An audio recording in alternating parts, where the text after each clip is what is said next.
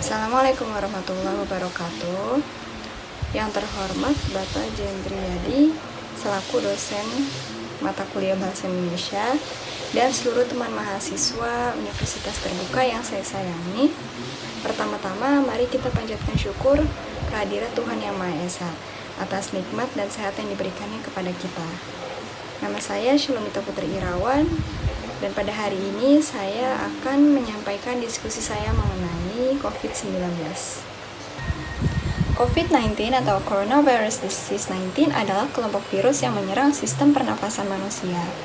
COVID-19 sendiri muncul pada tahun 2019, di mana awal mulanya ditemukan di kota Wuhan, yaitu di Cina. Virus ini kemudian mulai menyebar ke negara-negara lain hingga masuk ke Indonesia pada tanggal 2 Maret 2019. Dan penderita COVID-19 pertama kali di Indonesia yaitu 2 WNI yang tertular dari warga negara Jepang. Munculnya virus ini masih menjadi teka-teki, sebab ada yang berpendapat bahwa virus ini berasal dari hewan, dan ada yang berpendapat pula bahwa virus ini muncul karena kebocoran laboratorium. Lalu bagaimana COVID-19 dapat menular dari manusia ke manusia? Penularan dari orang ke orang diperkirakan terjadi melalui droplet ketika orang yang terinfeksi batuk atau bersin, mirip dengan bagaimana influenza dan patogen pernapasan lainnya yang dapat terhirup ke dalam paru-paru. Penularan COVID-19 dapat juga terjadi dengan menyentuh permukaan atau objek yang memiliki virus di atasnya, dan kemudian orang tersebut menyentuh mulut, hidung, atau mukanya. Jika sudah tertular, virus ini bisa menyebabkan infeksi pernapasan berat, seperti infeksi paru-paru atau pneumonia, Middle East Respiratory Syndrome atau MERS, Severe Acute Respiratory Syndrome atau SARS, bahkan dapat menimbulkan kematian. Lalu apa saja gejala COVID-19?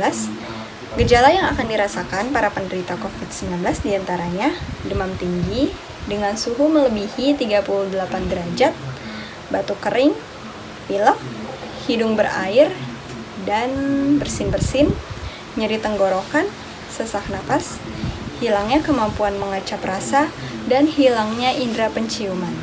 Kemudian bagaimana penanganan COVID-19? Yang pertama, bisa dengan isolasi mandiri selama 14 hari jika gejala yang diderita tidak terlalu parah.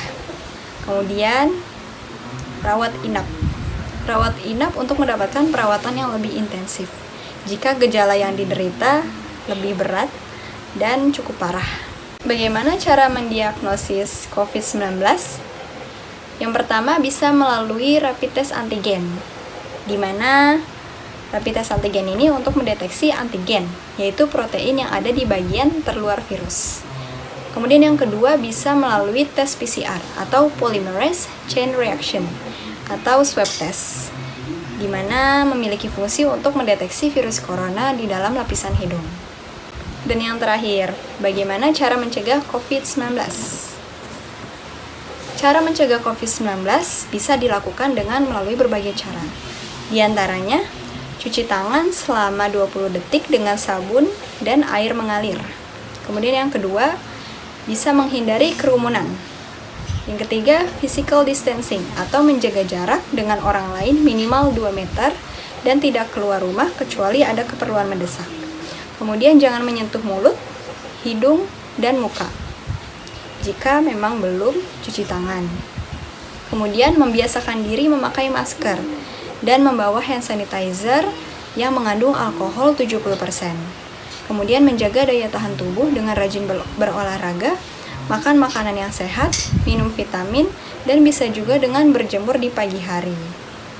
Kemudian yang terakhir bisa menjaga kebersihan tempat tinggal, karena virus-virus akan masuk dan lebih menyukai tempat-tempat yang kotor. Demikian penjelasan saya mengenai COVID-19. Jangan lupa untuk selalu memakai masker, mencuci tangan, dan menjaga jarak. Kurang lebihnya mohon maaf, saya ucapkan terima kasih. Wassalamualaikum warahmatullahi wabarakatuh.